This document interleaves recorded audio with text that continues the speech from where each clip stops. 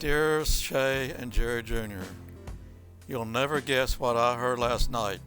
The Red Cross at Tent City was closed yesterday, but the one at the Air Force Base sent word for me or Jim to get in touch with them. I immediately ran down to a phone and they said the baby was born at 2:55 a.m. the 25th of November. One thing I think has been a real influence on our happy marriage was being apart for that year. When he finally got home, it's like, I'm not gonna ever let go.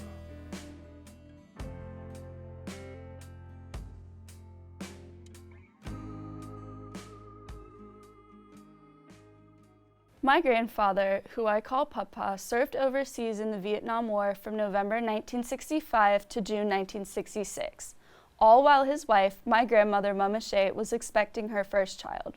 As a recent Virginia Military Institute graduate, Papa had expected that at some point he was going to have to serve in the military. However, that time came a lot sooner than expected. In October of 1965, Papa received a call that he was going to be deployed to Vietnam early in November. I really didn't think I was going to have to go, but somewhere in August, I was notified that I had to go. My duty was to be the head of the dispensary, providing everyday medical needs of the support troops on a compound in Vietnam that was associated with the 93rd Vac Hospital that received all the injured. This was the beginning of the Vietnam War. They were sending the enlisted men out in these troop trucks at night to be sent overseas. It was really a somber situation. It was scary. I was expecting my first child. It was just a matter of just waiting. And having a new baby was very good because it kept me very busy. But the month before I had him, after he had left for Vietnam, was traumatic. Recently, I had the gift of being able to sift through my grandparents' old letters, and I was transported back in time. The letters were written by my grandfather during the Vietnam War, and they chronicled his experiences during his time in Vietnam. Oh, honey, I'm so proud of you. However, I'm still anxiously awaiting a letter from you to make sure you and Jerry Jr. are all right. I don't think I went to sleep the whole night for thinking about you. I just hope you are all right and didn't have too hard a time. I really had it easy. I must have been sitting here at the Rex eating my Thanksgiving dinner when you had the baby. I know you'll write me every little detail about yourself and the baby. I can't wait to get a picture of it. It was very therapeutic for me to sit down after I put Jerry to bed and write to his father what we had done that day and how we were. And so then it was like a visit with my husband, and it was soothing to do that. To me, that was, busy in the daytime, but nights would be long, so I write to him. And obviously, it was a boring life because we didn't do much.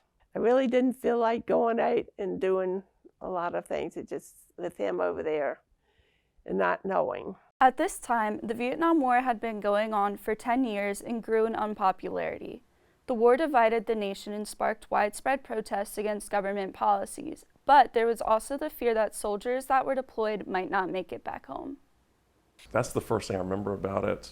Looking back at it now, obviously I know more about the protests and stuff, and it's one thing if you're drafted and go to war to defend your country from being attacked, to going halfway around the world to defend some other people. I wonder if it was difficult for them, even more difficult, knowing all the protesting back here and how many people were against the war and acted anti-military, as if this was, Papa's choice. I mean, most of the people, that wasn't their choice, but they were told to do it, and they had an obligation to do it to their country, and they did it. As you can imagine, being away during a time where you are expecting your first child would be pretty stressful.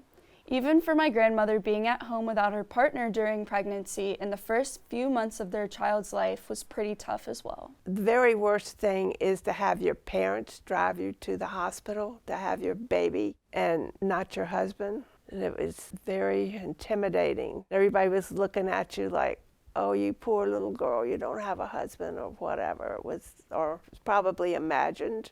But that's how I felt. And the big thing was I stayed 2 weeks in the hospital because by then they knew my husband was in Vietnam. Mom didn't even know what to name me because they hadn't really talked about it. They were just sending letters over the prior 6 months or so. They didn't know if they were going to have a boy or a girl, and they just had letters and thought she just really needed to name me after Dad. So that's why I'm Jerry Jr. I rang for the nurse and said, "What did I have?" So they had said, "You had a boy and he's just fine, and we'll bring him down to your room to see you." And the hospital contacted the military to send him a telegram telling him that he had a son. I actually have a picture of him, and the dentist that was in his medical compound, his wife had a girl the same day. So I have a picture of them sitting on their trunk, toasting their newborn children. I left Vietnam by plane, and we flew directly to Fort Dix, New Jersey, with one stop, Alaska. And that's where I met Shay, who had been brought up there by car by her father from Esmont, Virginia. I had gone and stayed with my brother so we could go up to Fort Dix to meet him because we didn't know exactly which plane he was going to be on. So I was there a couple days before he called to say he was in Alaska refueling. That was the first time he could tell me. Of course, that was one of the most exciting days of my life, being my first child, and it's such a big relief to actually get home and put my feet on U.S. soil. These stories have made clear to me that our past is not just a collection of facts and dates, but rather the stories of those who came before us. They remind us that even though time may pass, our memories can live on forever through stories just like this one.